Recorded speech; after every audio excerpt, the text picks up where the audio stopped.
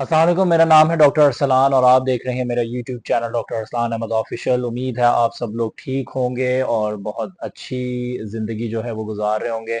आज जो है जिस टॉपिक के ऊपर जो है वो मैं बात करना चाह रहा हूँ वो टॉपिक बहुत ही इम्पोर्टेंट है। और जिस तरह का जो है वो मौसम जो है आजकल चल रहा है, बरसात का मौसम है, हब्स है बहुत ज़्यादा, पसीना जो है वो बहुत ज़्यादा आ रहा है, ह्यूमिडिटी बहुत ज़्यादा है और गर्मी भी जो है वो है।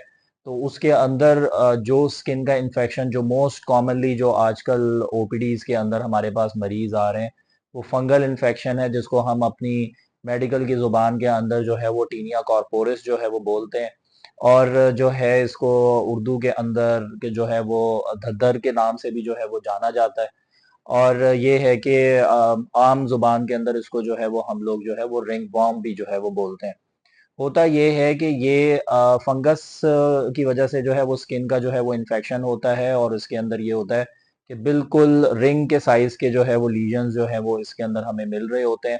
और बिल्कुल वेल डिमार्केटेड एक एरिया जो है वो होता है राउंड शेप के अंदर, जो कि जिल से जो है वो थोड़ा सा उभरा हुआ होता है और वो बहुत ज़्यादा जो है वो लाल होता है। और उसके अंदर ये होता है कि स्वेलिंग भी जो है वो हमें स्किन की जो है वो थोड़ी सी नज़र आ रही होती है। और उसमें ये होता है कि मरीज़ हमारे पास जो है वो आते हैं कि डॉक्टर साहब हमें बहुत ज़्यादा शदीद जो है वो ख़ारिश जो है वो इसके अंदर जो है वो हो रही है।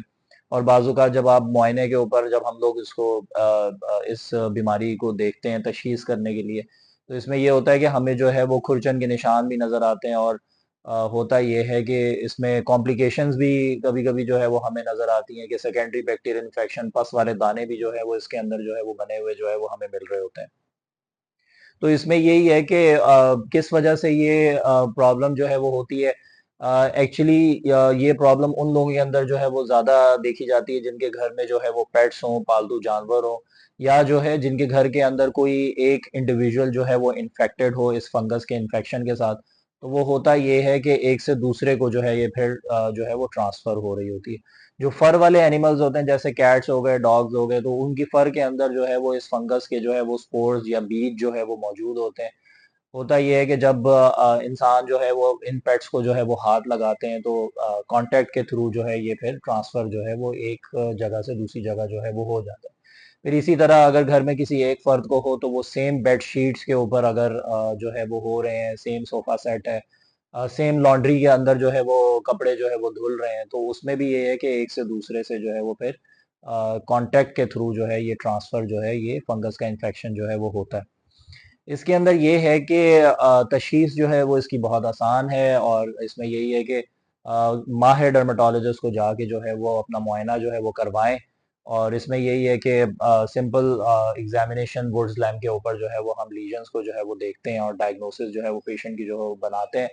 बहुत रेयर कंडीशंस के अंदर इस तरह होता है कि हमें जो है वो स्किन बायोप्सी की जो है वो ज़रूरत पड़े, और वो भी उस सूरत के अंदर के जब फंगस का इन्फेक्शन जो है वो बहुत सारी एंटी फंगल मेडिकेशन से जो है वो रेजिस्टेंस जो है वो उसकी आ रही हो, किसी दवा का कोई असर जो है वो मरीज के ऊपर ना हो रहा हो, तो उस सूरत के अंदर हम लोग बायोप्सी की तरफ, स्किन बायोप्सी की तरफ जो है वो हम लोग जाते हैं।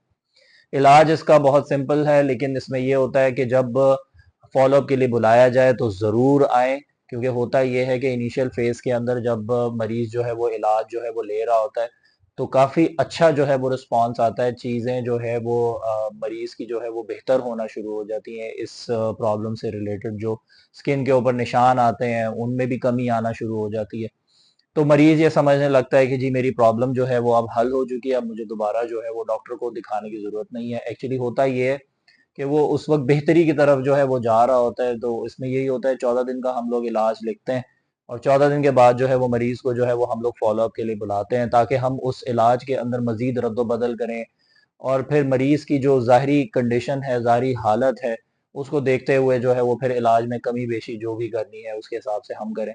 तो इसमें यही होता है कि कभी-कभी जो है वो 1 महीने तक भी इलाज चलता है, कभी-कभी जो है वो 2 से 3 महीने भी अक्सर मरीज़ों को लग जाते हैं, मुकम्मल निशानों को जो है वो जाने में। क्योंकि होता ये है कि अगर आप फ़ॉलो-अप नहीं करवाते, थोड़ा-सा भी गैप आता है, तो उसमें ये होता है कि फिर दोबारा से वही उसी तरह ही जो है वो निशान जो है वो फिर जिस्म के ऊपर आना शुरू हो जाते हैं और मरीज़ फिर दोबारा हमारे पास उसी शिकायत के साथ आता है, जिसके साथ वो पहली दफ़ा हमारे पास जो है वो आता है। तो ये सारी जो है वो चीज़ें हैं, इसमें एहतियात ये है कि साबुन जो है वो नॉन बैक्टीरियल जो है वो सोप, नॉन जो कॉस्मेटिक सोप नहीं होते वो वाले सोप जो है वो इस्तेमाल ना करें।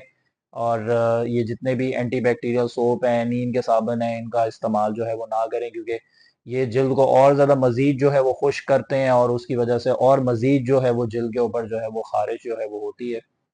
Anti fungal, oral anti fungal medication जो है वो हम इन मरीजों को जो है वो देते हैं।